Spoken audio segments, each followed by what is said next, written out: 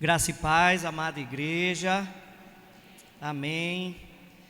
Devo começar a minha fala primeiramente agradecendo a oportunidade e o convite que me foi feito para estar aqui junto com vocês no dia de hoje, podendo ministrar um pouquinho acerca da palavra de Deus. Alguns irmãos já são conhecidos da época do seminário, se formaram recentemente no seminário, do qual eu faço parte como um dos professores.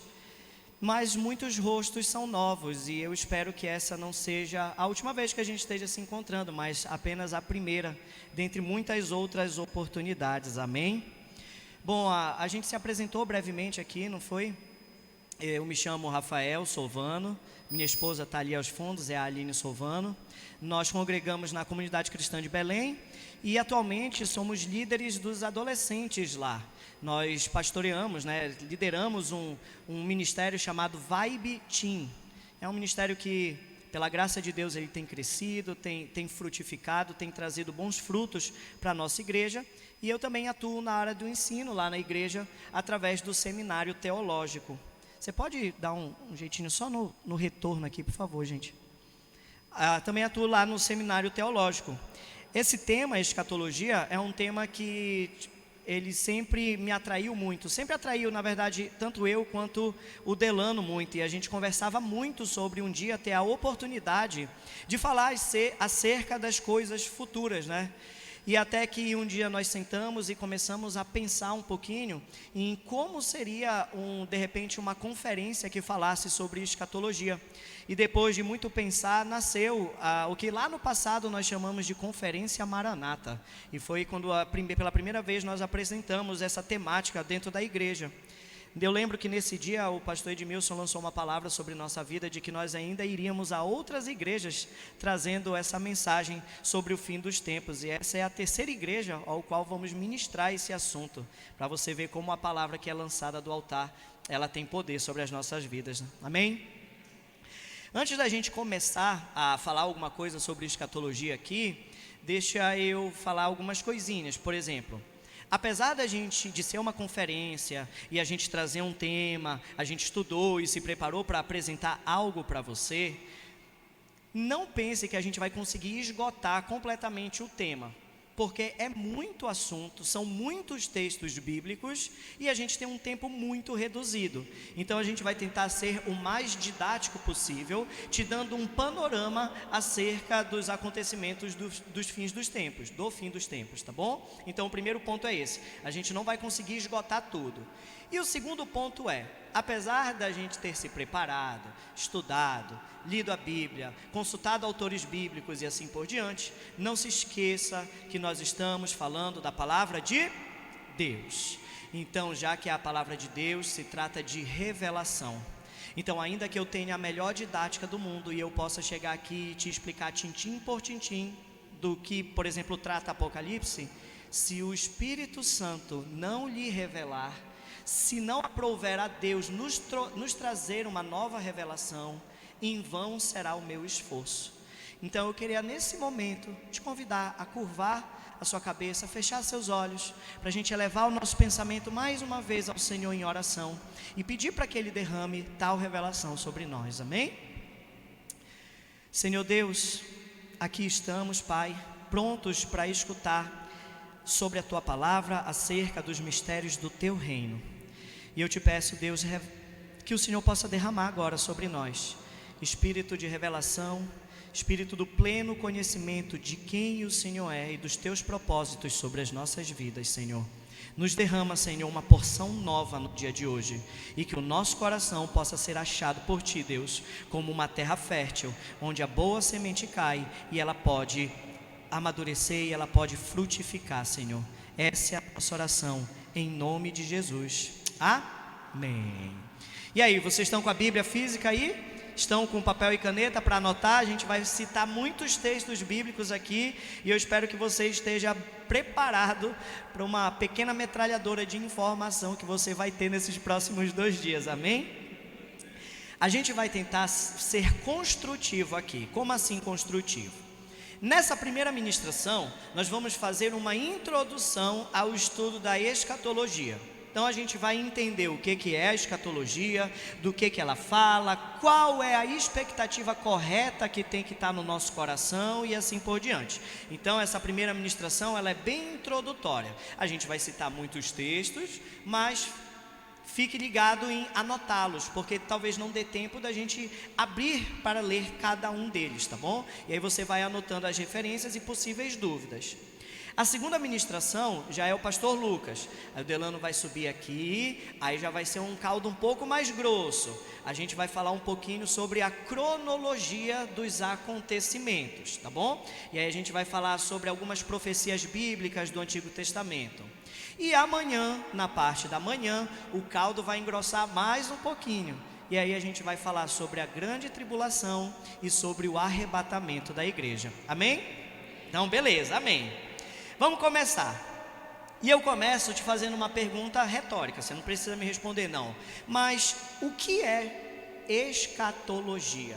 Se você pegou o banner da igreja, estava escrito assim, olha, primeira conferência sobre escatologia, não é verdade? Estava lá o anúncio, olha, vamos ter a nossa conferência sobre escatologia. E aí, você já sabe o que significa escatologia?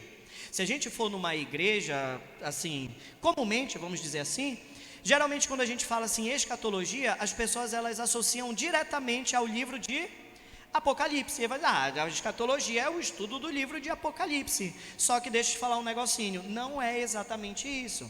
Na verdade, a palavra, o termo escatologia, ele deriva do grego, eschatos. E eschatos significa último ou simplesmente final. Então, escatologia vai ser a doutrina ou a parte da teologia que se dedica a estudar os eventos finais ou as últimas coisas, tudo aquilo que há de vir.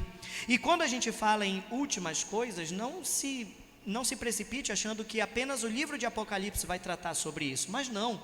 Você sabia que principalmente os profetas foram alguns dos que mais escreveram acerca dos últimos tempos? Então existe muito ouro ali, principalmente nos profetas menores. Então se a gente esquadrinhar aqueles livros, você vai encontrar muitos textos que falam acerca do tempo do fim. Então, escatologia é acerca das coisas que irão acontecer, amém? E aí talvez você se pergunte, beleza, então escatologia é aquilo que ainda vai acontecer, então eu não preciso estudar, porque afinal de contas eu tenho que me preocupar somente com o aqui e o agora. Para que eu vou estudar o futuro, não é mesmo? Eu tenho que me preocupar com a minha salvação hoje. Pois é, só que isso é um engano também, porque quando Deus ele nos revelou a Bíblia Sagrada, desde a antiguidade, lá no passado, ele nos revelou aquilo que iria acontecer no futuro, muito antes de acontecer. Você vai encontrar profecias no Antigo Testamento que foram cumpridas no Novo Testamento.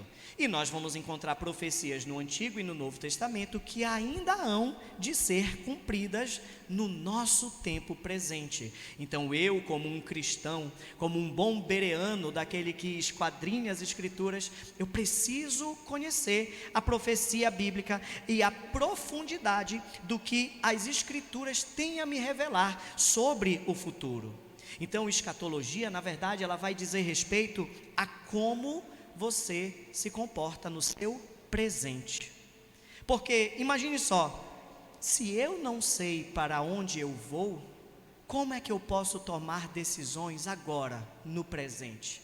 Então escatologia, ela vai determinar como o seu modo de vida na terra trará um seu futuro lá na eternidade. Você sabia disso? Então sim, é importante que a gente estude escatologia. Então se eu não sei para onde eu estou indo, eu posso viver de qualquer maneira, mas agora se eu sei aonde eu quero chegar, eu sei que eu quero morar um dia na Nova Jerusalém com o Senhor Jesus por toda a eternidade, então eu vou tomar muito cuidado em como eu vivo a minha vida nesse tempo que Ele é presente. Então, escatologia ele também vai falar sobre urgência, vai falar sobre seriedade, em como nós devemos andar de uma maneira santa na presente era, diante do nosso Deus. Se eu te perguntasse agora, meu irmão, qual é o seu bem mais precioso? O que você tem mais de precioso nessa terra? Se a sua resposta, se o que passou pela sua cabeça for: o que eu tenho mais de precioso aqui agora é meu carro, o que eu tenho mais de precioso aqui é a minha casa, é a minha família, são os meus filhos, é a minha esposa, é o meu marido. Bom, se isso passou pela sua cabeça, então talvez o nosso coração ainda esteja no lugar errado. O que temos de mais precioso é a nossa alma, porque ela é eterna. A Bíblia diz que ela é eterna, e a nossa alma, ela estará por toda a eternidade em um lugar, do lado do Senhor Jesus ou longe dele. Então entenda que você saber sobre o tempo futuro é uma mensagem que ela traz não só urgência, mas seriedade da nossa parte também, sobre como é a nossa caminhada. Ainda que eu fale todas essas coisas, eu creio que a maior finalidade que a gente está aqui hoje estudando sobre escatologia é que Deus, Ele tem um intuito conosco: nos fazer crescer, não só no amor pelo seu nome, mas também nos fazer crescer em nível de revelação de quem Deus é. A gente sabe que a profecia bíblica, as escrituras, elas vão acontecendo e sendo narradas de uma maneira cronológica, e que essa revelação, ela também é progressiva. E nós oramos aqui agora, antes de eu começar esse sermão, pedindo para que Deus, Ele liberasse sobre nós um pouquinho mais de revelação para nós. Então, Deus, Ele tem um propósito: fazer com que você ame mais Ele no dia de hoje, e também fazer com que você cresça em mais revelação de quem Ele é, de quem é o seu caráter, de qual é o seu caráter. Você sabia que se eu juntar todos os textos bíblicos que tratam sobre acontecimentos futuros, a gente vai ter mais ou menos aí 150 capítulos na Bíblia? 150 capítulos na Bíblia tratam acerca da segunda vinda do nosso Senhor Jesus. Para você ter uma noção, se eu juntar os 4 evangelhos, Mateus, Marcos, Lucas e João, que tratam sobre a primeira vinda de Jesus, os 4 evangelhos juntos somam 89 capítulos. Então, será que o fim dos tempos, ele é um tema relevante para nós? Será que Deus, Ele deu uma importância para esse tema? Será que Ele fez questão de deixar para a gente uma mensagem com o qual nós deveríamos guardar esperança para o futuro? Eu acredito que sim, e a Bíblia nos mostra isso. Então eu queria tratar com você nesse momento 3 grandes mentiras sobre o estudo escatológico. São coisas que nós escutamos por aí. Você sabe que nós vivemos na era da informação, mas também vivemos na era da desinformação, e muita mentira tem sido espalhada por aí. A gente dá crédito, emprestamos os nossos ouvidos às vezes a pessoas que nós não deveríamos emprestar, e acabamos escutando coisas que não são apropriadas para nós. A primeira grande mentira sobre escatologia é a seguinte, que escatologia é coisa de curioso. Sabe aquele famoso papinho que o irmão ele chega e fala assim: o que tu está estudando aí? Está fazendo devocional de quê? Eu estou estudando Apocalipse. Ih, rapaz, não perde tempo com isso não, cara. Você não vai entender nada. Esquece isso aí. Escatologia é coisa de curioso. Porque tu quer saber o futuro? Tu tem que viver o aqui e o agora, cara. Acaba com isso. Pois é, não caia nesse papo. Escatologia não é coisa de curioso não. Na verdade, nós precisamos ter expectativas a respeito de como seremos parceiros de Jesus quando Ele vier para essa terra, porque Ele vem com uma missão: purificá-la. Jesus, Ele é o segundo Adão. Já escutaram essa expressão, né? Que Paulo usa tanto em Romanos quanto em Coríntios. Cristo é o nosso segundo Adão. Então, se Adão ele recebeu a missão de cuidar dessa criação, mas essa missão ela foi falha por conta do pecado, a Bíblia fala que Jesus, ele não falhou na sua missão, passou por essa terra sem pecado algum. Então, a missão de Jesus, assim como era de Adão, também é cuidar da sua criação. Só que dessa vez, agora ele não tem só a Eva para lhe acompanhar, ele tem toda a sua igreja para fazer parte dessa renovação de céus e terras que um dia alcançaremos, amém? Se você não alimentar uma expectativa, você nunca vai entender o propósito de Deus. Então não é coisa de curioso, na verdade isso tem que gerar expectativa no seu coração. Parte da minha missão aqui hoje com esse sermão é fazer com que o seu coração se encha de expectativa pelo dia da volta do Senhor. Segundo ponto, segunda grande mentira: todas as profecias bíblicas, elas são simbólicas. É impossível entender, não dá, porque é muito símbolo. Como é que eu vou, não sei nem se esse tal de anticristo ele é verdadeiro. Vocês já viram que está lá escrito grande meretriz, dragão, besta, falso profeta? Rapaz, quem que são esses aí? Olha, deixa eu dar uma dica para você. É verdade que a linguagem que nós chamamos de linguagem apocalíptica, que é a linguagem de Apocalipse, ela é recheada de símbolos. Mas grande parte da narração de Apocalipse é uma linguagem histórica. Você sabia disso? Tem um pastor que eu gosto muito de uma frase dele, o nome dele é Michael Bickle, é um pastor norte-americano. E ele tem uma frase que diz assim, olha: a Bíblia diz o que ela quer dizer, e ela quer dizer o que ela diz. Olha que interessante, a Bíblia diz o que ela quer dizer, e ela quer dizer o que ela diz. Significa que é possível entender, ainda que exista muita simbologia. Dentro da exegese, que é uma forma da gente interpretar a Bíblia, a gente tem um macete. Quando um texto é muito difícil, sabe o que a gente faz?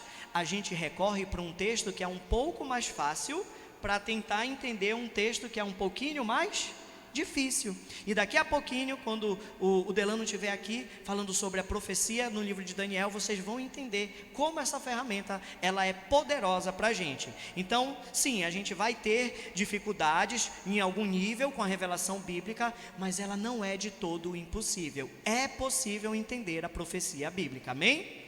E a terceira grande mentira é que eu não consigo entender escatologia. Não, é uma linguagem que ela é futurista e que por causa disso eu nunca vou conseguir compreendê-la. Mas deixa eu te trazer um dado que ele é interessante. Você sabia que a maioria das pessoas que escreveram o texto bíblico, elas eram pessoas que eram iletradas? Você sabia disso? Os apóstolos, eles eram pessoas humildes, simples. Você conhece a história, muitos ali eram pescadores. Moisés, ele foi treinado para ser um príncipe, mas quando começou a escrever a Bíblia, ele era um pastor de ovelhas. E assim a história bíblica ela foi sendo escrita. Deus ele revelou ela para nós. E lá em Mateus 24:15 diz assim, olha: quem lê, entenda. Então nós conversamos aqui agorinha dizendo assim, olha, é conhecimento da parte do ser humano? Sim, porque Paulo diz em Romanos que o nosso culto é um culto que é racional, mas o Espírito Santo vai ser a sua maior ferramenta no entendimento da Bíblia Sagrada. Você já ouviu falar de testemunho de pessoas que nem sequer sabiam ler porque eram analfabetas, mas que pegavam a Bíblia e entendiam tudo que estava escrito ali? Quantos já escutaram esse tipo de testemunho? Amém, eu também. A avózinha da minha esposa era um exemplo. Ela era analfabeta, ela não sabia ler, mas ela lia a Bíblia. Milagre do Senhor, porque a revelação, ela vem por meio do Espírito Santo, amém? Então fique com o seu coração tranquilo. Hoje você vai sair daqui, olha, entendendo tudo sobre escatologia, vai sair daqui querendo dar aula sobre a volta de Jesus, amém? Glória a Deus. Bora lá. Para a gente começar então de fato aqui sobre os acontecimentos futuros, você já ouviu falar sobre um termo chamado o Dia do Senhor? Já ouviu falar? Pois é, a escatologia todinha, ela vai girar em torno desse grande dia do Senhor, o qual eu quero trabalhar com vocês amanhã em mais detalhes, porque vai falar sobre arrebatamento e a segunda vinda de Cristo. Mas o contexto escatológico, ele é em volta do dia do Senhor.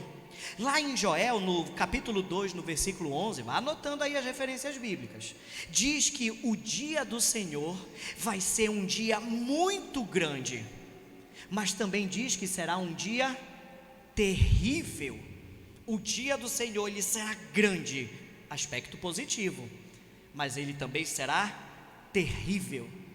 Ezequiel, no capítulo 36, dos versos 21 a 23, diz assim, olha, que a obra de Deus é por amor do seu próprio nome. E aí você fica assim, o que é esse tal desse dia do Senhor? O dia do Senhor, meus irmãos, ele vai ser grande, porque é o evento que toda a cristandade está aguardando, desde que o Senhor Jesus, ele foi assunto aos céus. É o dia do retorno do nosso Senhor Jesus. E ele vai ser terrível, porque neste dia, o dia que Jesus voltar, a porta da graça estará fechada. E Jesus virá até essa terra para imprimir juízos sobre todo aquele que não tiver uma aliança com o seu nome. Então, por isso será um dia terrível.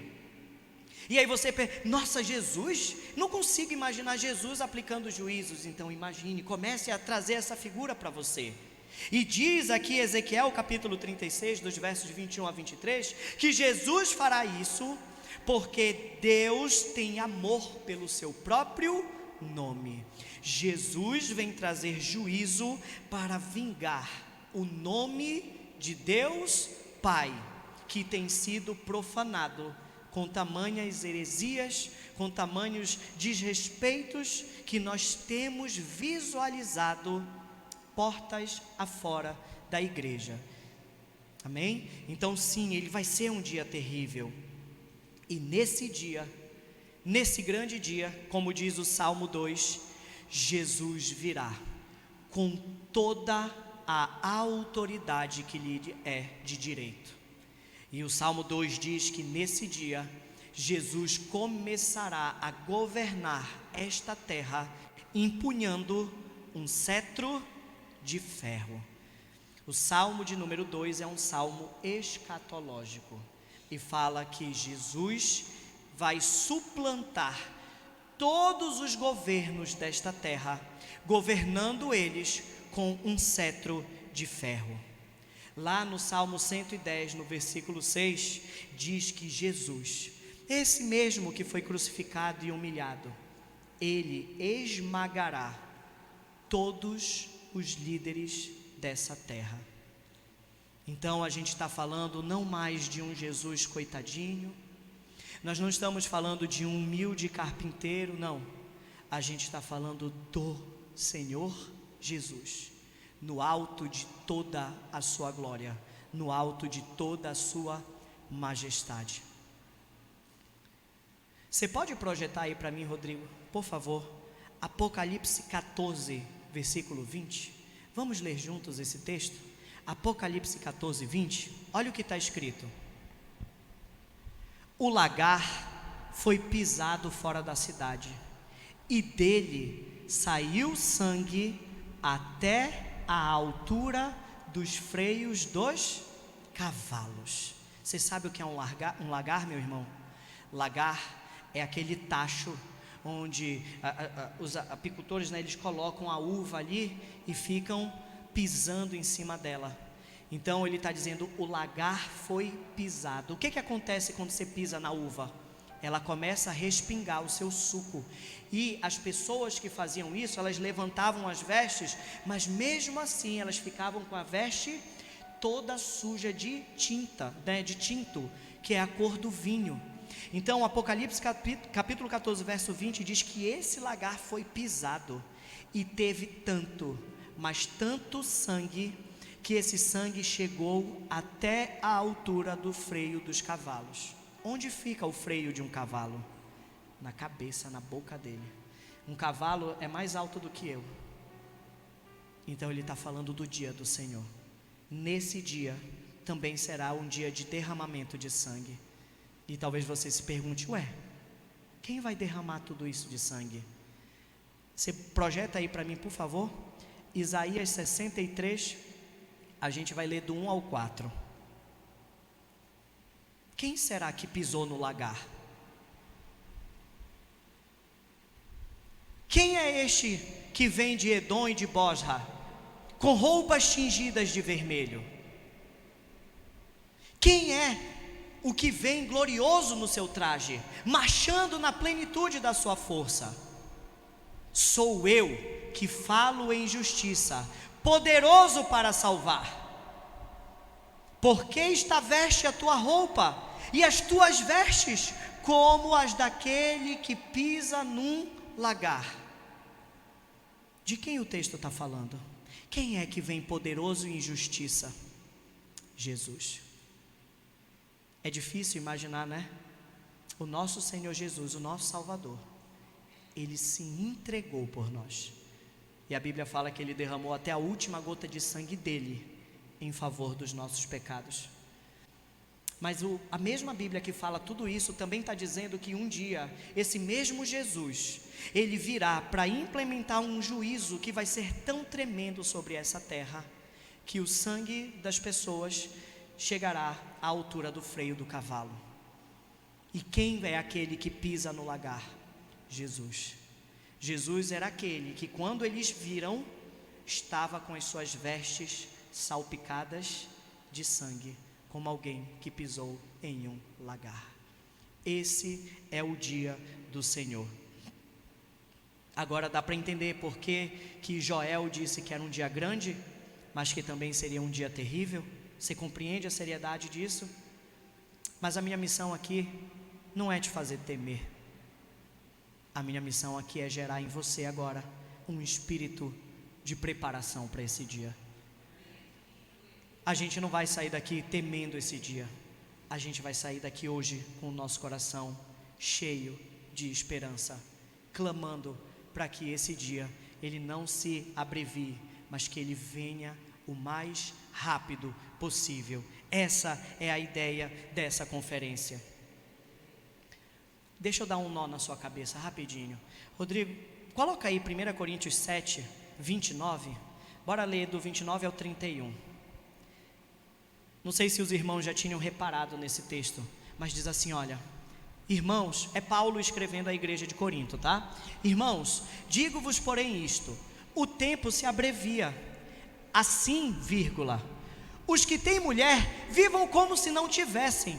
Olha o que Paulo está dizendo: os que têm mulher, vivam como se não tivessem. Adiante. Os que choram, como se não chorassem. Os que se alegram, como se não se alegrassem. Os que compram, como se nada possuíssem. Meu Deus, por que Paulo está dando esse conselho? Por que eu tenho que viver como se eu não tivesse mulher? Gente, não é exatamente isso que vocês estão pensando, não é para escandalizar. Mas a igreja de Corinto, ela estava vivendo ali em um momento particular deles, que eles diziam, eu sou de Paulo, eu sou de Apolo, eles estavam valorizando os líderes. Depois eles diziam assim, eu sou mais sábio do que você, eles estavam valorizando o conhecimento. Depois eles diziam assim, não, porque é lícito casar, não é lícito casar, e eles estavam valorizando o contexto da família. E Paulo, depois de tratar problema por problema daquela igreja, Paulo ele vem com esse texto, e ele diz assim, gente, vocês não estão entendendo, tem algo muito maior pelo qual vocês devem ansiar. Existe uma expectativa que deve ser gerada no coração de vocês, que é muito maior do que qualquer conquista que você possa ter nessa terra. Por isso ele diz, aqueles que são casados, vivam como se não casassem. Ele está falando de apego. Ele está dizendo assim, olha, você que vive nessa terra e você quer conquistar as coisas, e amém, nós vamos conquistar em Deus muitas coisas nessa terra. Ele diz, não se apegue, porque a forma deste mundo um dia irá passar. Então a expectativa que deve ser gerada no nosso coração hoje, meus irmãos, não é de alguém que está com muito medo da volta de Jesus. E eu entendo que possa talvez existir aqui pessoas que têm medo do dia da volta de Jesus. Mas o nosso intuito aqui é gerar preparação, é gerar sede e vontade para que esse dia ele chegue. E por isso nós oramos aqui hoje por mais revelação da parte de Deus. Amém? Glória a Deus. Sobre o livro de Apocalipse, a gente vai fazer uma pequena explanação dele, tá bom? A tradição cristã, ela vai acreditar então a autoria desse livro, né, a escrita dele, ali datada do 1º século, provavelmente entre o ano 81 ali entre o ano 90 e 92 da primeira era cristã, quando um imperador romano chamado Domiciano, grave muito bem esse nome, um imperador romano, Domiciano, governava Roma. Em que contexto o Apocalipse foi escrito? O Império Romano estava ali no seu auge. Era simplesmente o maior império que a humanidade já tinha visto. E Domiciano ascende como imperador.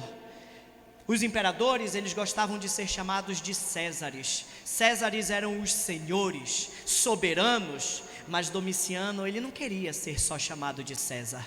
Domiciano, ele também queria ser chamado de Deus. E ele se levanta e ele diz: agora eu não sou apenas um César, agora eu também sou um Deus, porque eu governo tudo o que os seus olhos podem contemplar. Só que o que Domiciano não contava é que ele encontraria um povo que era totalmente fiel ao seu Senhor.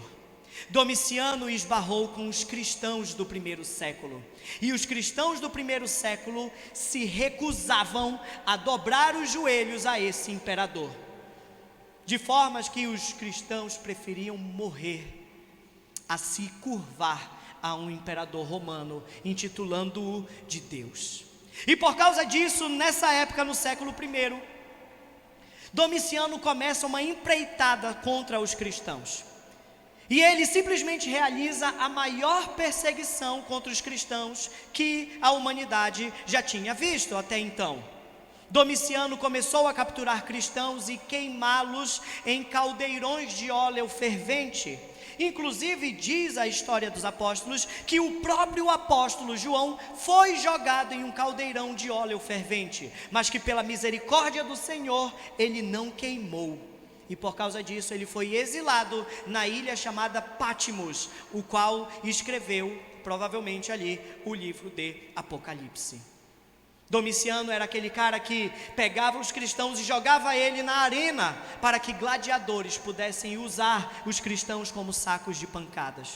Domiciano jogava os cristãos nas arenas para que os leões, as bestas, as feras pudessem estraçalhar as suas vísceras. Mas ainda assim, os cristãos do 1º século resistiam contra as investidas de Satanás através da vida dele.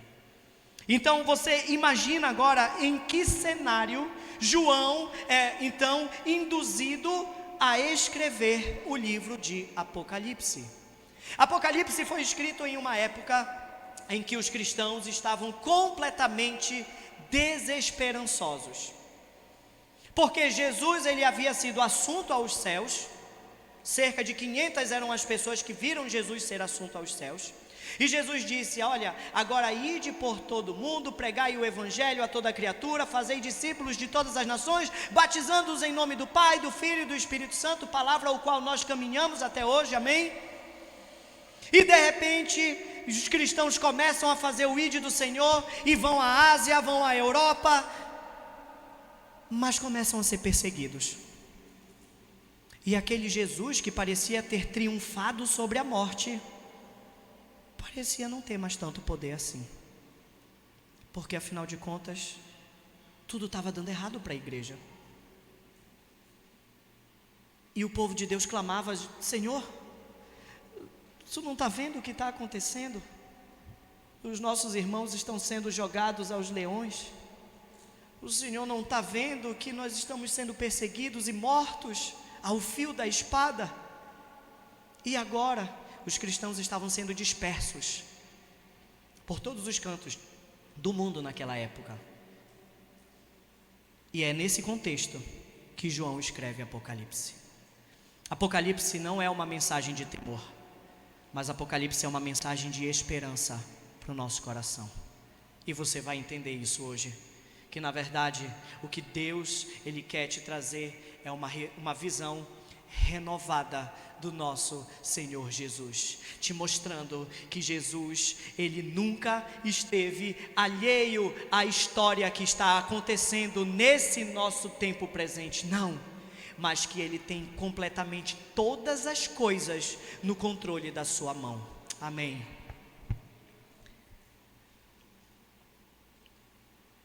Existem alguns, termos técnicos aqui.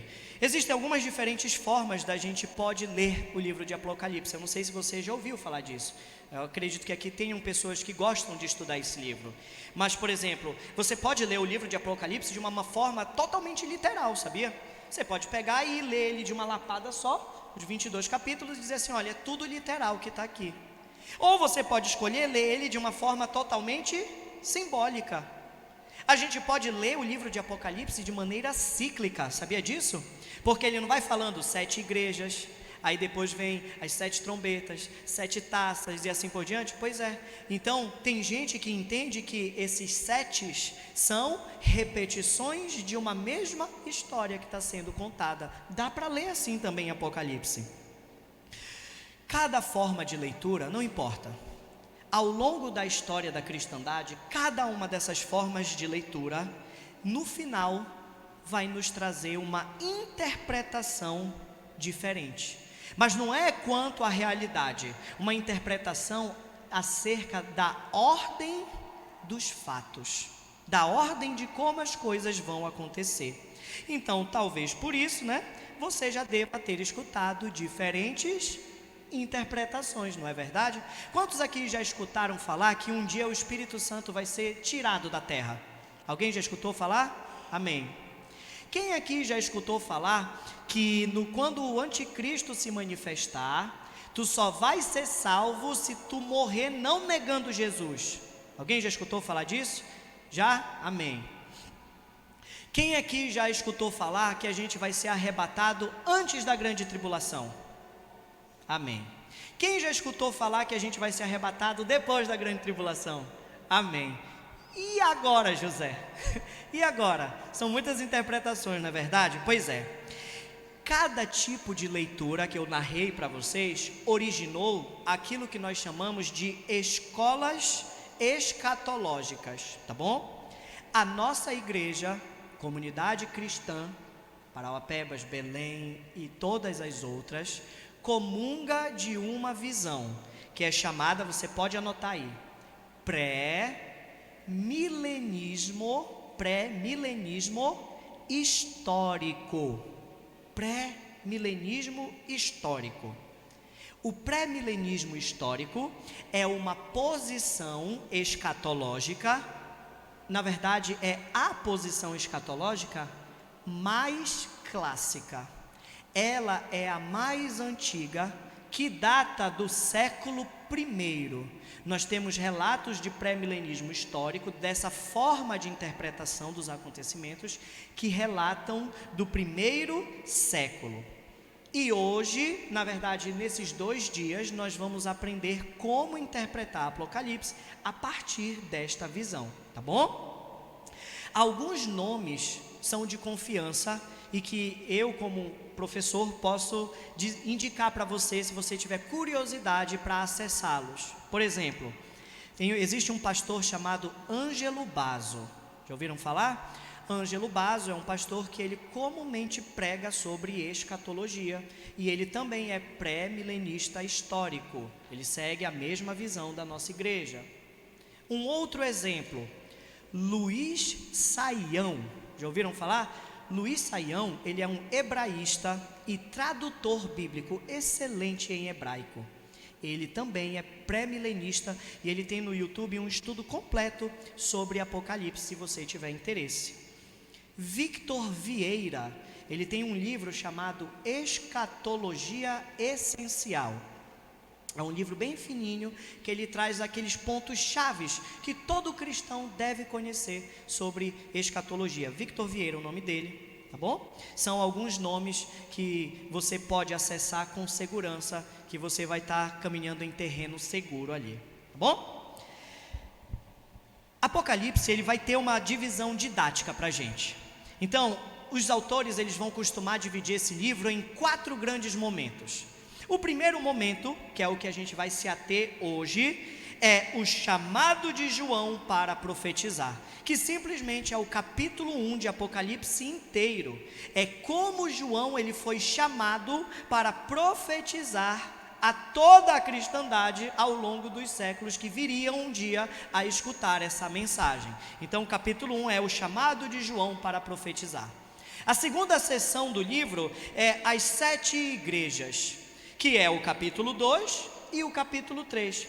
Capítulo 2 e 3 de Apocalipse vai tratar sobre as 7 igrejas da Ásia. São mensagens do Senhor Jesus para confrontar pecados naquelas igrejas.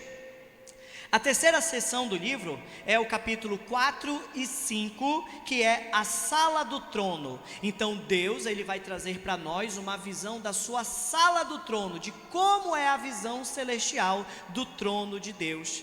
E a última seção de Apocalipse, que é do capítulo 6 em diante, são os relatos das últimas coisas, só do 6 em diante.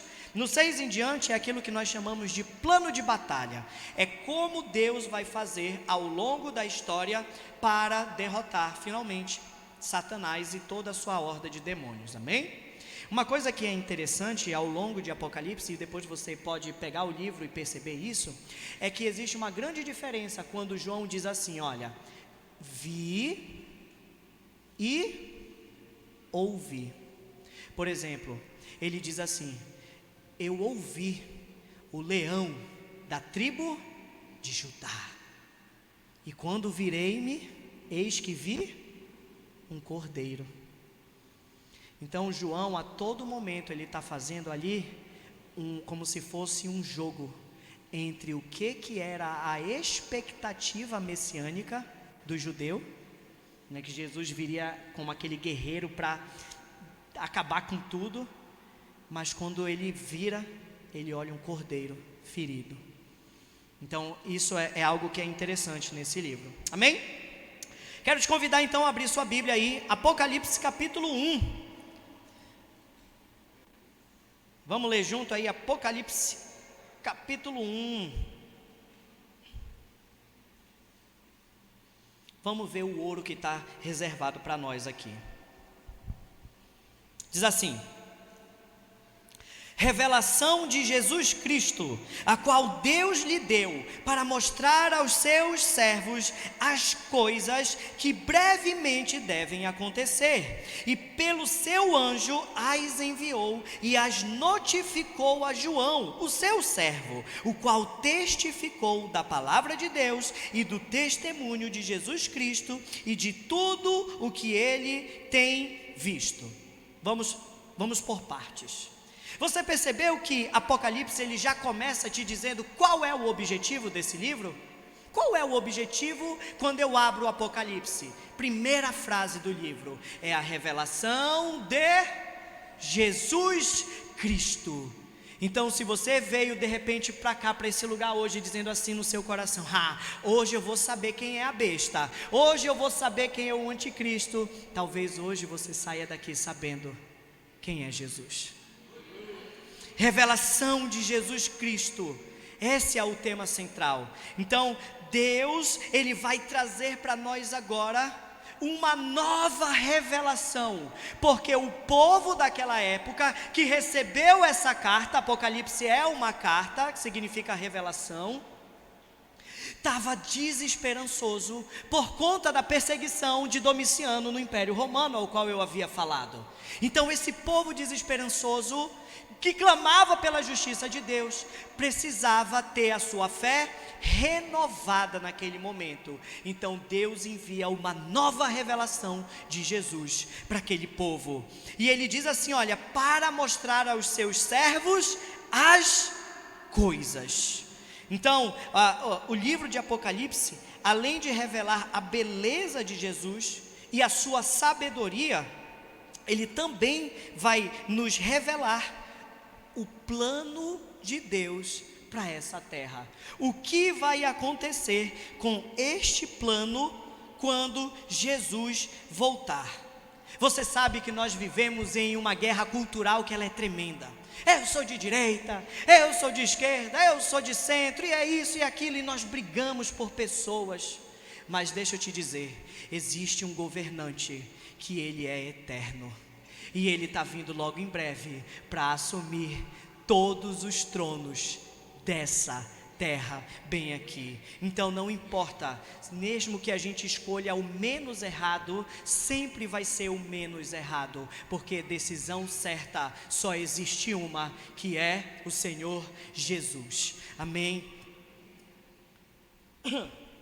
Além de revelar Jesus, ele também vai nos revelar esse desenrolar dos fatos e mostrar os juízos de Deus.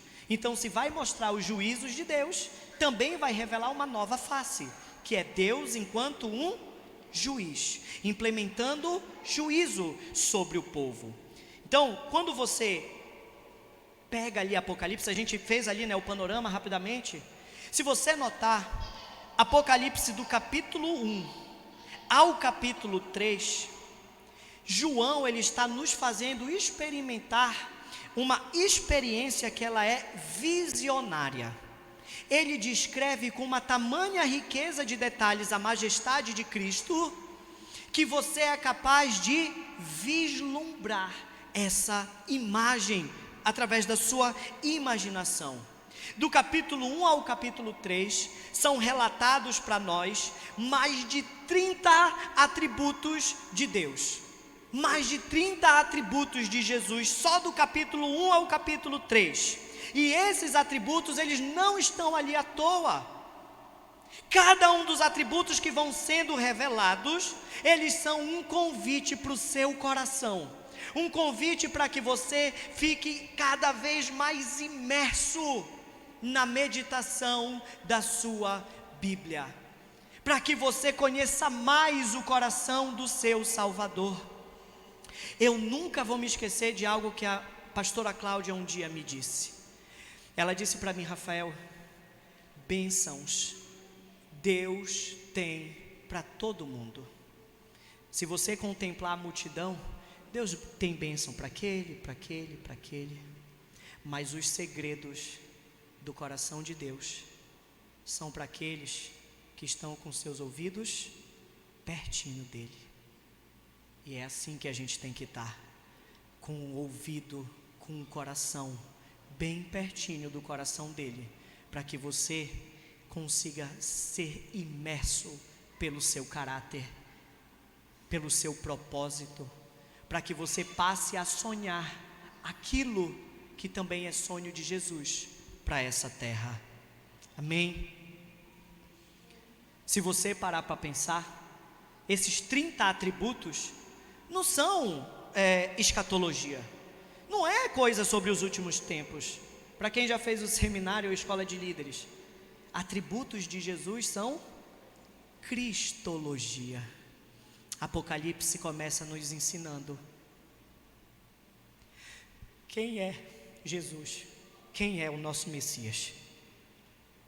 E ele diz também aqui, nesses capítulos de 1 a 3, que existem mais de 18 recompensas que estão nos aguardando, se nós nos mantivermos fiéis até o fim. 18 recompensas nos aguardam. Jesus, ele está nos chamando para um tempo novo. Deus, ele tem feito algo novo não só em Belém, não só no Pará. Deus tem feito algo novo no Brasil. E algo que eu costumo falar muito para aqueles que caminham comigo é: não queira ser você apenas um espectador daquilo que Deus está construindo, mas escolha ser também um participante. Senhor, eu quero participar. Eu não sei aquilo de novo que o Senhor está fazendo em Parauapebas, mas eu quero fazer parte disso. Me coloca para fazer parte disso, Senhor. O convite de Cristo hoje para as nossas vidas é que a gente saia da nossa mornidão, para que o nosso coração comece a queimar mais e mais por Ele. Esse é o convite dele para nós hoje. Se você fechar os seus olhos, se você começar a imaginar esse livro, ele tem que ser inspirador para você. E talvez Apocalipse ele se torne um livro de adoração, tal como Salmos é um livro de adoração no Antigo Testamento, para você ver a beleza daquilo que nos está sendo apresentado aqui. E ele diz no versículo 3, bem-aventurado é aquele que lê e os que ouvem as palavras dessa profecia e guardam as coisas que nela estão escritas, porque o tempo está próximo. Só de você estar aqui hoje, você está recebendo uma bênção da parte de Deus. Bem-aventurado é todo aquele que lê, bem-aventurado é todo aquele que ouve as palavras dessa profecia. Os cristãos, eles se reúnem de domingo a domingo, desde os primórdios dos séculos, para a leitura pública das Escrituras. Então, cada vez que a Bíblia é aberta, existe uma bênção de Deus direto para o seu coração. Faltar um culto pode ser diferencial na nossa vida. Nunca devemos negociar, porque toda vez que a Bíblia é aberta, tem bênção de Deus para a nossa vida. Versículo 4 ele diz: João, as 7 igrejas que estão na Ásia, a graça e a paz seja convosco da parte daquele que é, e que era, e que há de vir, e da dos 7 espíritos que estão diante do seu trono.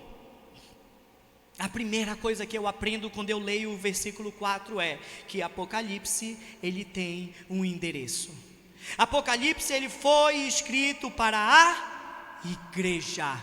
Não foi escrito para gente estranha, não foi escrito para curioso, não foi escrito para teórico da conspiração que fica vendo chip e o Obama é o anticristo, não.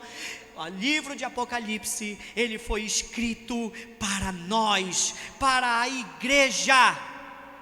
E o que será que nós temos feito com esse presente?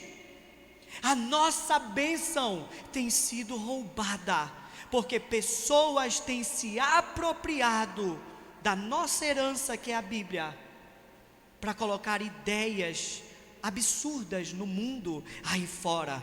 Mas chega, porque eu creio que agora Deus, ele está levantando uma multidão de pregadores. Deus, ele está levantando uma geração de pessoas que não só são apaixonadas pelas Sagradas Escrituras, mas que também têm o coração totalmente disposto a sair portas afora da igreja para anunciar as grandezas de Deus. Amém? Em nome de Jesus, eu creio nisso.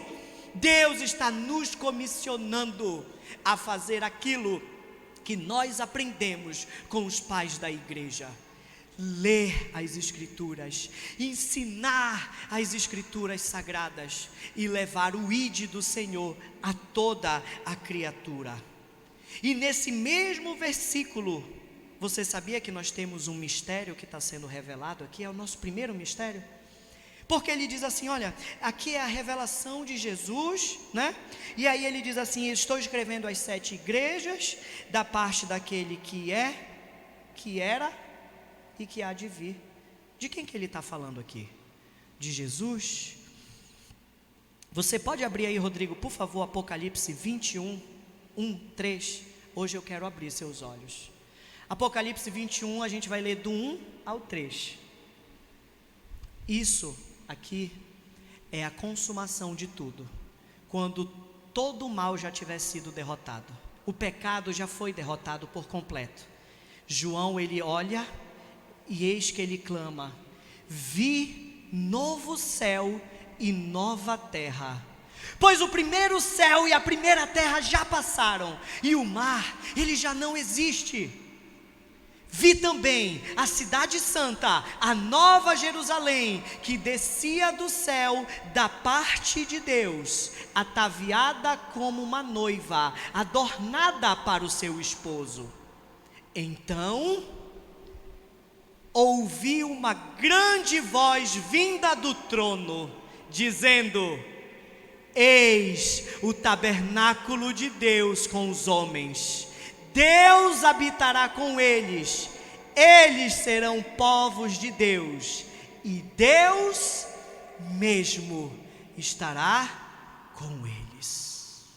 Aquele que é, que era e que há de vir é Deus Pai. A Bíblia fala para nós que no Éden, na viração do dia, Deus Pai vinha ter com Adão, mas por conta do pecado, a presença de Deus se foi embora, e agora todos nós estamos destituídos da glória de Deus. Mas Jesus, o segundo Adão, ele tem uma missão. Ele vem para não só destronar os governos dessa terra, como nós lemos aqui, mas ele vem para restaurar toda a criação, para que ela se encontre por inteira redimida, como diz Colossenses no capítulo 1, porque ele fez convergir em si mesmo todas as coisas. E depois que Jesus ele redimir por completo toda a criação, Deus Pai voltará a habitar conosco. E quando isso acontecer, a lua já não existirá mais, o sol já não existirá mais, porque a sua própria glória iluminará tudo e a todos. Amém.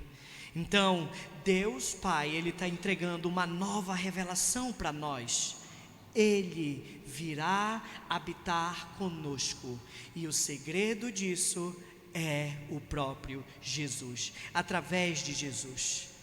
Esse versículo, o que ele te causa? Ele te causou medo? Eu aposto que ele te causou o quê? Esperança, não é verdade? Um dia toda essa criação vai ser redimida. Quando eu comecei a estudar Apocalipse, a minha visão ela começou a mudar para algumas coisas, sabe? E quando eu passava ali na Lomas, que é a rua da nossa igreja, ficam muitos pedintes venezuelanos ali, e mães com crianças muito pequenas.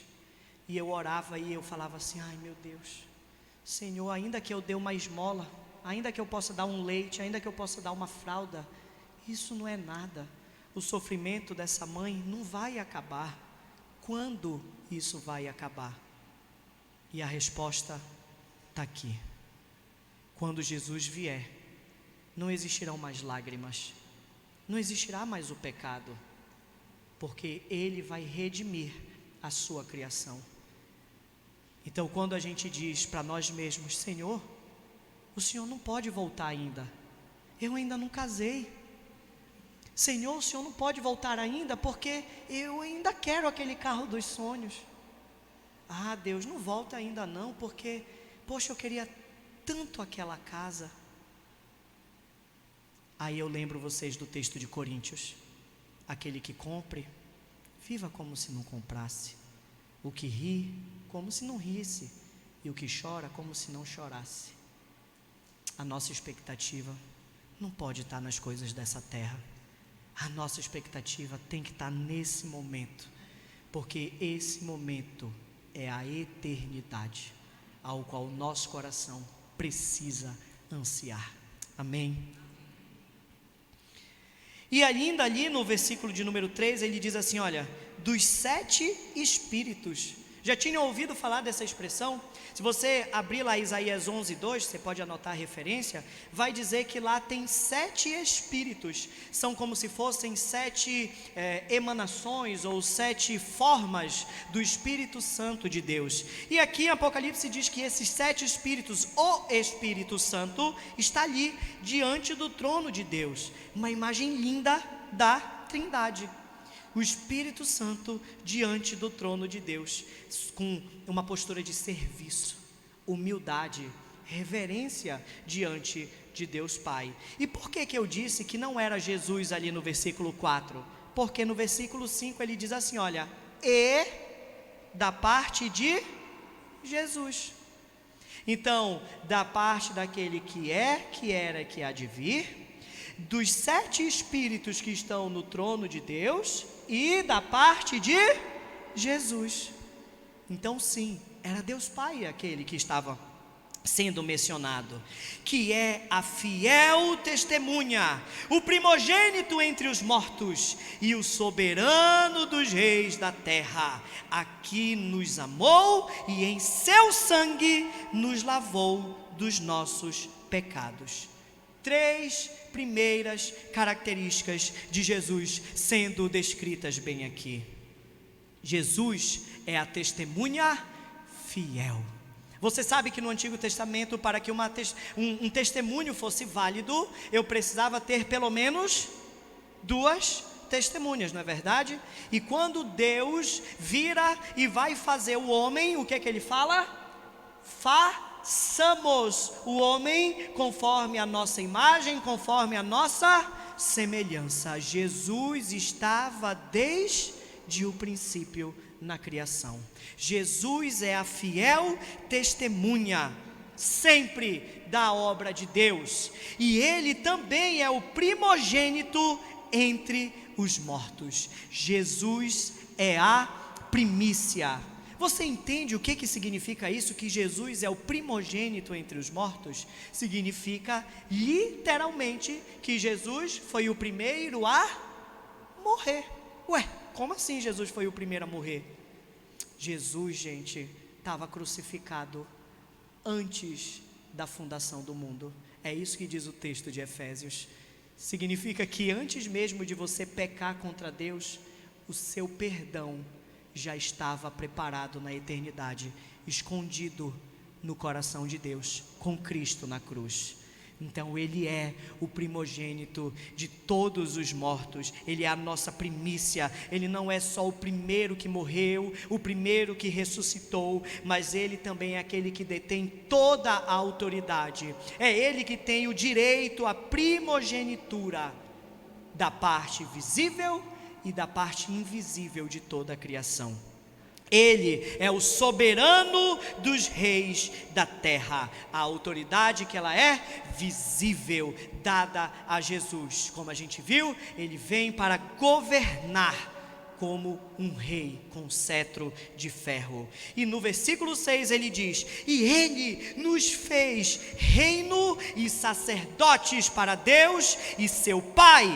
A ele a glória, o poder para todos sempre. Amém. Nós fomos feitos reino e sacerdotes. Jesus conta conosco nessa grande obra. Existe uma expressão dentro da teologia que é o já e ainda não. O reino de Deus, ele já está aqui. O reino de Deus está aqui, sabe por quê? Porque você está aqui. Você está anunciando a obra do Senhor. Nós implementamos o reino de Deus quando nós anunciamos um rei que está por vir. E esse reino um dia será plenamente instaurado quando este rei de direito chegar nessa terra. Amém? Essas são as nossas funções. Rei, porque nós anunciamos um reino, mas nós também temos a função de sermos sacerdotes. Só temos um sumo sacerdote, Cristo. Mas todos nós, em algum aspecto, também somos sacerdotes. Quando você evangeliza alguém, quando você dá uma palavra para alguém, Quando você traz uma palavra no altar da sua igreja, na sua célula, no seu pequeno grupo, você está sendo um sacerdote, porque você está como se fizesse uma mediação entre Deus e o povo. Todos nós somos sacerdotes, como diz Pedro, povo de propriedade exclusiva de Deus, para anunciar as obras de Deus. Amém. Versículo 7: eis que vem com as nuvens, e todo o olho o verá. Primeira coisa que a gente vai trabalhar: todo o olho verá a volta de Jesus. Nós temos aquela figura na nossa cabeça daquele filme Deixados para Trás, não é? De repente, só ficou as roupas, e agora? Fiquei para trás. Não vai ser assim. A volta de Jesus simplesmente é o evento que está sendo mais aguardado, não só por ele, que eu tenho certeza que ele também está aguardando, mas por nós. E você acha que o mesmo Deus que disse Bereshit bara Elohim é o mesmo que vai deixar Jesus não aparecer para todo mundo ver? Gente, todo o olho verá. E a gente não vai precisar de internet para isso, não. Porque no currículo de Deus, que tem lá, que criou todas as coisas, os céus e a terra, pode encaixar também, que todo olho vai ver Jesus, sem problema nenhum. Não há nada que seja demasiadamente difícil para o Senhor. Até os mesmos que o transpassaram, e todas as tribos da terra se lamentarão sobre ele. Sim, amém. Nós dissemos no começo dessa exposição que em Joel capítulo 2, o dia do Senhor, ele é grande, mas ele também é terrível. E aqueles ao qual transpassaram Jesus, quando virem ele, vão se lamentar. Mas eles não vão se lamentar de arrependimento, antes fossem, eles vão se lamentar, porque Jesus está voltando. E agora os seus corações vão tremer de medo, porque eles sabem o que os está aguardando. Esse mesmo arrependimento, ele também é citado lá em Zacarias, no capítulo 12, versículo 10. Também diz que eles prantearão quando verem Jesus. Verso 9: eu, João, que também sou o vosso irmão e companheiro na aflição e no reino e paciência de Jesus Cristo, estava na ilha chamada de Patmos, por causa da palavra de Deus e pelo testemunho de Jesus Cristo. Eu fui arrebatado no Espírito no dia do Senhor, e ouvi de trás de mim uma grande voz, como um som de trombeta. É a voz do Senhor foi a voz que João escutou. Aquela mesma voz que diz lá no Evangelho de João: as minhas ovelhas ouvem e reconhecem a minha voz. É essa voz que Jesus, quando ele anuncia a sua vinda, ele reúne as suas ovelhas. E a minha pergunta para você é: você tem reconhecido a voz do seu Senhor? Você tem sido obediente a quando o seu Senhor fala com a sua voz de trombeta?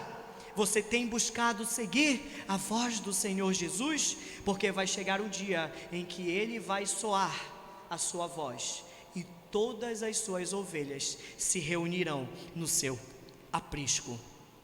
Versículo 12: e virei-me para ver quem falava comigo, e virando-me, vi 7 candelabros de ouro. Se você olhar mais um pouquinho à frente, no final desse capítulo, você vai perceber que o mistério dos candelabros de ouro é a igreja. Olha que curioso. João escutou uma voz por detrás dele, e quando ele vira para olhar quem é, João, ele não vê primeiro Jesus. João vê primeiro a igreja. Você, irmão, é a imagem de Jesus para muitos que não conhecem ele. Então, se o mundo lá fora precisa conhecer Jesus, como é que eles vão conhecer? Eles vão conhecer Jesus através daquilo que nós somos aqui dentro. E toda vez que a igreja é revelada, Jesus precisa ser revelado. E quando Jesus é revelado, Ele também acaba revelando a sua igreja. Amém? E no meio dos 7 candelabros, semelhante ao Filho do Homem, vestido até os pés de uma roupa comprida e cingido pelos peitos com um cinto de ouro. Você sabe o que quer dizer o Filho do Homem? É uma expressão que ela é utilizada desde o livro de Daniel. É a expressão messiânica que o judeu usava para o seu Salvador celestial. O Messias era o Filho do Homem. E ele estava cingido nos peitos com um cinto de ouro, representando a sua veste de sumo sacerdote, que ele ocupa a posição até os dias de hoje, como diz a carta aos Hebreus. E no verso 14 ele diz: e a sua cabeça, os seus cabelos eram brancos como a lã branca, como a neve, e os seus olhos eram como chamas de fogo. A lã branca no cabelo de Jesus não é a santidade, não pense que era a santidade, mas nesse contexto aqui, era a própria glória de Deus. Jesus estava repleto da glória de Deus Pai, a sua divindade ali, de frente para João. E quando João olha para os olhos de Jesus, os olhos de Jesus são como chamas de fogo. Não só simboliza a sua onisciência, porque Jesus ele enxerga todas as coisas, aquilo que fazemos no público e no secreto, Jesus enxerga tudo. Não é só a sua onisciência, mas também a sua ira, que é santa, pronta para fazer a vontade do Pai e queimar tudo aquilo que não é a vontade do Pai.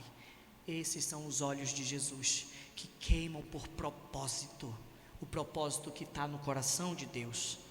E os seus pés, semelhantes ao latão reluzente, como se tivessem sido refinados numa fornalha, e a sua voz, como a voz de muitas águas. É sobre esses pés, os pés de bronze, de latão, que um dia todos os inimigos do Senhor, eles hão de se curvar.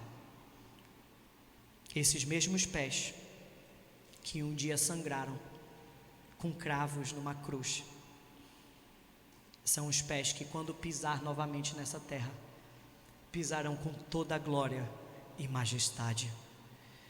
E a sua voz, a voz como a de muitas águas, as águas do Espírito Santo, que chacoalham o nosso coração, que nos trazem vida. Essa é a divindade de Jesus. E no verso 16, para a gente finalizar: e ele tinha na sua destra 7 estrelas, e da sua boca saía uma aguda espada de 2 fios, e o seu rosto era como o sol, quando na sua força ele resplandece. Aqui a gente tem a posição privilegiada de um ministro na casa de Deus. Ainda no final do capítulo 1 ele diz que as estrelas são os anjos das igrejas. Alguns interpretam que são anjos literais, outros entendem que sabe quem são? Os pastores. São como se fossem anjos da igreja, e Jesus tem eles cuidando na palma da sua mão. A espada de 2 fios, você já leu Efésios, né? Capítulo 6, versículo 17. A espada de 2 gumes é a própria palavra de Deus. Essa é a que está lá na boca de Jesus. Ela é de 2 gumes porque ela precisa cortar para 2 lados. Toda vez que eu subo, ou que eu vou dar no púlpito, ou que eu vou dar uma palavra para alguém, eu sempre lembro disso com muito temor, porque essa espada, ao mesmo tempo que ela corta para frente, ela também tem uma lâmina voltada para a minha direção. E essa palavra que hoje eu estou trazendo para compartilhar com você, ela tem que arder também no meu coração, para que eu consiga me fazer compreender aqui, e para que talvez o Espírito Santo consiga gerar em você a expectativa correta que você tem que ter para a volta do Senhor Jesus. E finalmente, o rosto de Jesus era como o sol quando na sua força resplandecia. Paulo, quando olhou Jesus, caiu com o rosto em terra. Daniel, quando olhou para Jesus, caiu com o rosto em terra. E João, quando viu Jesus, também caiu com o seu rosto em terra, porque ele não aguentou a glória de Jesus. Esse mesmo João aqui que escreveu essa carta, ele estava exilado, como a gente leu, numa ilha deserta chamada de Patmos. Depois você pode procurar no Google uma foto dessa ilha. Sabe o que tem lá? Sal e pedra. E João passou os seus últimos dias nessa ilha. Mas uma das últimas visões que ele teve em vida foi uma renovação de quem é Jesus. João não passou um dia sequer, ainda que preso, sem sonhar com um dia que Jesus voltaria para essa terra. E a pergunta que eu lhe faço: o que tem prendido você nesse mundo?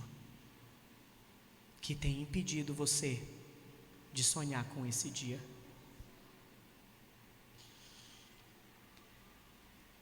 Quando João escreve as 7 igrejas, ele vai dizendo os atributos de Jesus. Eu sou o Alfa, eu sou o Ômega, eu sou a espada, eu sou aquele que tem os olhos como de chamas de fogo, eu sou aquele que tem a voz como de muitas águas. Cada um desses atributos são coisas que nós precisamos na nossa vida. Eu preciso dos olhos de Jesus em mim, para que eu me lembre que mesmo quando eu estou no meu secreto, Ele está comigo. Eu preciso da sua voz que soa como uma trombeta, para que quando eu pensar em me desviar para a direita ou para a esquerda, Ele possa soprar no meu ouvido e eu voltar para o caminho certo e dizer: não, é para cá que eu tenho que caminhar. Eu preciso de Jesus segurando as estrelas, eu preciso de Jesus passeando no meio dos candelabros de ouro. Eu preciso. Eu queria te convidar a ficar de pé nesse momento, para a gente ter um momento de oração.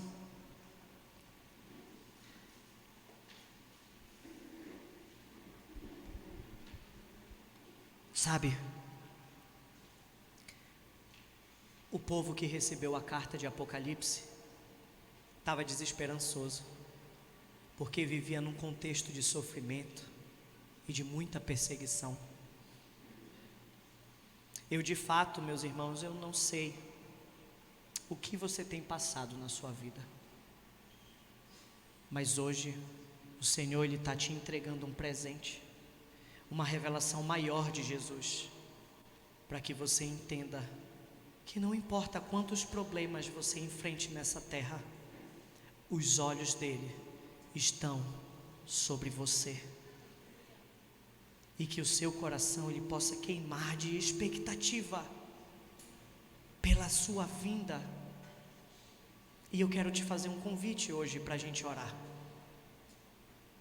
Primeiro, eu gostaria de convidar aqueles que nunca tinham atentado para tamanha revelação do nosso Senhor Jesus. E talvez você venha na igreja e tem vindo dia após dia aqui nesse lugar, porque tornou um hábito. E você diz assim para você mesmo: eu sou um cristão e dia de domingo é dia de ir para a igreja e eu tenho que ir. Mas por algum motivo você não tem mais sentido o seu coração queimar pela presença dele. Seu coração não tem mais queimado pela palavra. Você tem sentido frio e às vezes não tem nem mais força de fazer o seu devocional com a mesma qualidade que você fazia antes, quando você conheceu Jesus. Porque se você é essa pessoa, eu queria te convidar para vir aqui na frente, para a gente orar junto, para que o Espírito Santo ele possa reacender essa chama em você. Eu quero convidar aqueles que até hoje diziam no seu coração: Senhor, ainda não volta ainda não, porque ainda tenho muita coisa para fazer nessa terra. Ou você de repente tinha medo e dizia assim: não, eu tenho muito medo do dia da volta de Jesus, e o seu coração não tinha expectativa por esse dia. Se você quer virar essa chave na sua vida, eu também quero te convidar para vir até aqui na frente para a gente orar.